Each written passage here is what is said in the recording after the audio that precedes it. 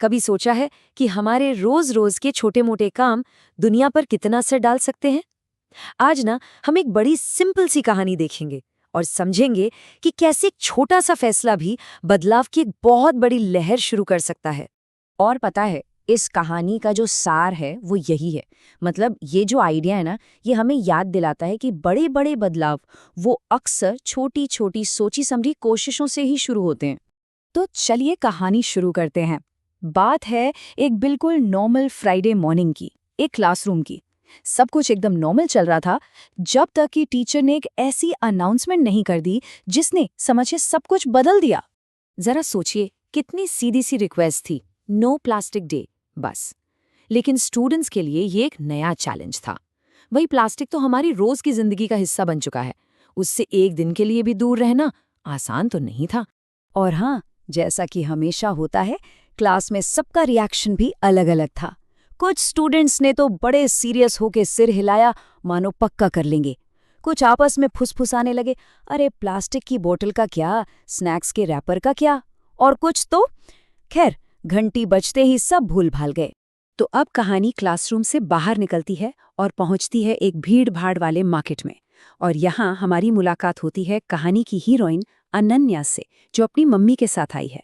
ये सीन तो हम सबने देखा है ना? एकदम आम सा नज़ारा।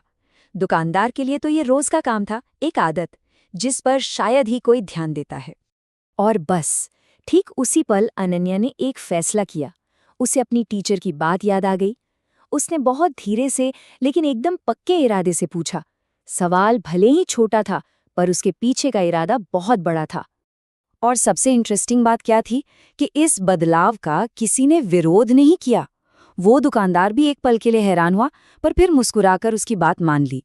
इससे यही तो पता चलता है कि लोग अक्सर अच्छे बदलाव के लिए तैयार रहते हैं, बस किसी को पहला कदम उठाना होता है। पर कहानी यहीं खत्म नहीं हुई, पिक्चर अभी बाकी है।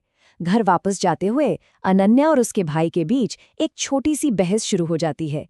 एक ऐसी बहस जो सुविधा और जिम्मेदारी के बीच की कश्मकश को दिखाती है। अब देखिए, उसके भाई की बात भी बिल्कुल प्रैक्टिकल थी। प्लास्टिक की थैली वाकई ज्यादा मजबूत और भरोसेमंद होती है। ये एक ऐसा तर्क था जो हमारी सुविधा और फौरन मिलने वाले फायदे पर टिका था, और सच कहें तो इसे इग्नोर करना वाकई मुश्किल है। तो अब हमारे सामने दो ऑप्शन हैं। एक तरफ है प्लास्टिक, एकदम मजबूत लेकिन हमारे पर्यावरण के लिए सदियों का बोझ, और दूसरी तरफ है कागज, थोड़ा नाजुक सही पर प्रकृति में वापस मिल जाने वाला। चॉइस क्लियर है, पर हमेशा आसान नहीं होती है ना। और यहीं पर अनन्या का जवाब इस पूरी बहस को खत्म कर देता है। वो मानती है कि हाँ, प्लास्टिक ज्यादा मजबूत है, लेकिन उसका ध्यान इस बात पर नहीं था कि अभी क्या आसान है। उसका ध्यान था कि लंबे समय में इसका क्या असर होगा। और सबसे जरूरी बात यही थी, उसने दूर की सोची। चलिए अब वापस क्लासरूम में चलते हैं। देखते हैं कि कैसे एक इंसान का एक्सपीरियंस पूरे ग्रुप पर असर डाल सकता है। तो अगले दिन अनन्या ने अपनी कहानी सबको सुनाई। उसने ये नहीं कहा कि उसका काम एकदम परफेक्ट था, बस ये कहा कि ये एक बेहतर चॉइस थी, एक बेहतर विकल्प था।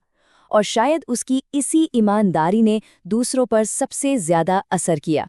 ये एक बहुत बड़ा सवाल है ना? आखिर एक अकेले इंसान की कहानी में इतनी पावर आती कहाँ से है कि वो दूसरों को भी कुछ करने के लिए इंस्पायर कर दे। चलिए देखते हैं कि आगे क्या हुआ। और फिर वही हुआ। एक छोटी सी चिंगारी ने आग का रूप ले लिया।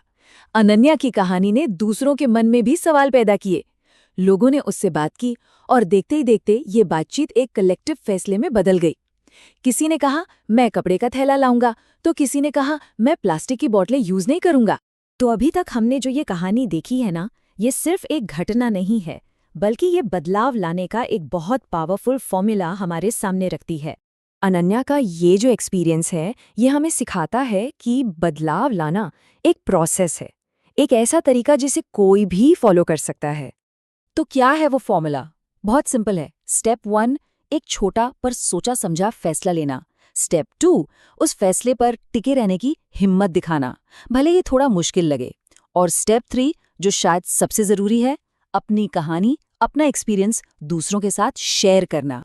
तो कुल मिलाकर यही इस पूरी कहानी का सार है। छोटे छोटे जिम्मेदारी भरे फैसले जब उन्हें दूसरों से शेयर किया जाता है ना, तो वो एक आंदोलन बन सकते हैं। और ये बात हमेशा याद रखने वाली है कि बदलाव की शुरुआत हमेशा एक अकेले इंसान से ही होती है। तो अब सवाल ये है कि अनन्या की तरह वो कौन सा छोटा सा फैसला है जिसे लेकर हम आज एक सकारात्मक बदलाव की शुरुआत कर सकते हैं। इस पर विचार करना तो बनता है।